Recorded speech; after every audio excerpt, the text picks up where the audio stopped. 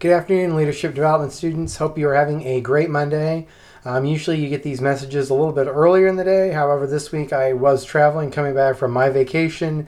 So doing it on a Monday afternoon instead of the typical things you see early Monday morning. I left Fort Lauderdale, Florida about 6:30 this morning. So been somewhat of a long day, but as we all know in leadership, long days are common and something we all get to deal with. Few quick things regarding this week. It is the 4th of July holiday. However, that means we will work it just like we'd work a normal Friday. I will not be extending due dates from the typical Sunday due date to Monday. So everything is due as normal on Sunday night by 11:59 p.m. Central Standard Time.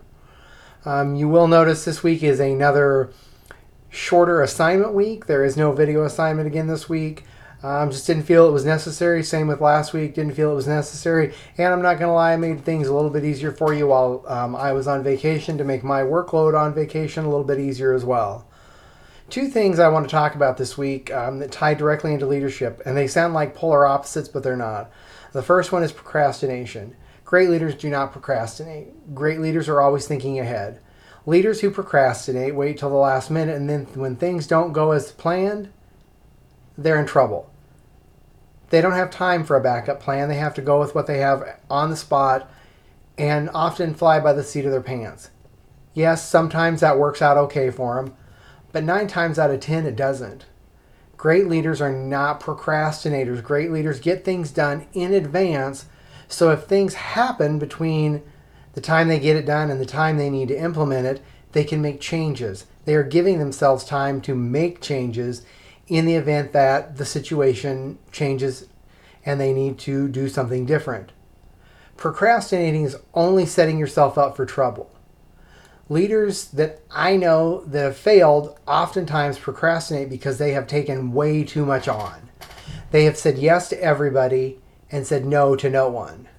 So they've overcommitted themselves to things they just can't get done. And then they have to decide what's important, what's not important. And what you end up finding is these people work crazy amounts of hours. They're working nights or working weekends. They're going in on holidays because they have overcommitted themselves as leaders. And they often procrastinate on things because of that overcommitment and then set themselves up for failure because they don't have enough time to focus on the issues that they need to focus on.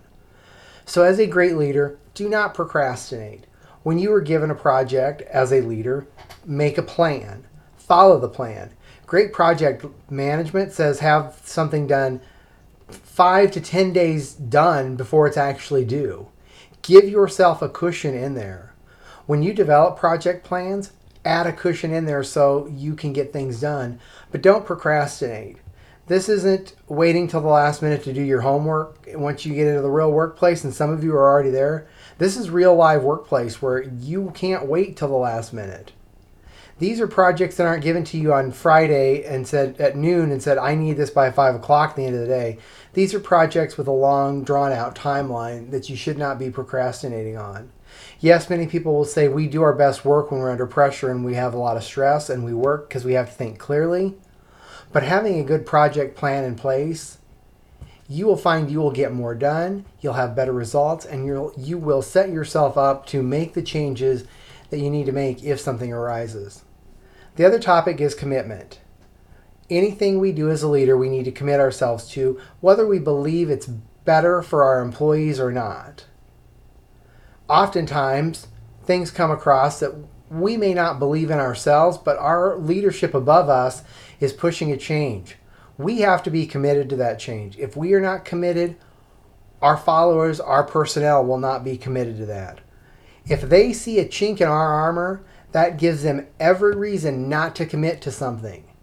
When upper management is pushing a new initiative, a new change, we have to be on board as their leader. If we are not on board, we are giving them every reason not to be on board. Commitment also goes to committing yourself to doing something and doing it right, doing it well, doing it on time. We all signed up for this course in one way or another, and we need to be committed.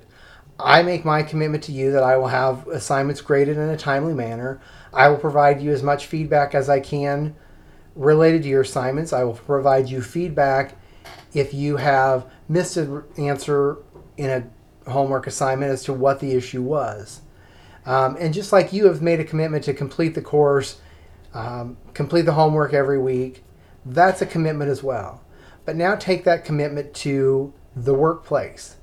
You sign on to something, you are making a commitment, you are going to follow through and do it.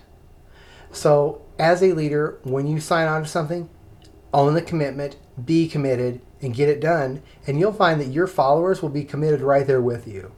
I hope everybody has a great week. Enjoy your 4th of July. I will catch up with you next week.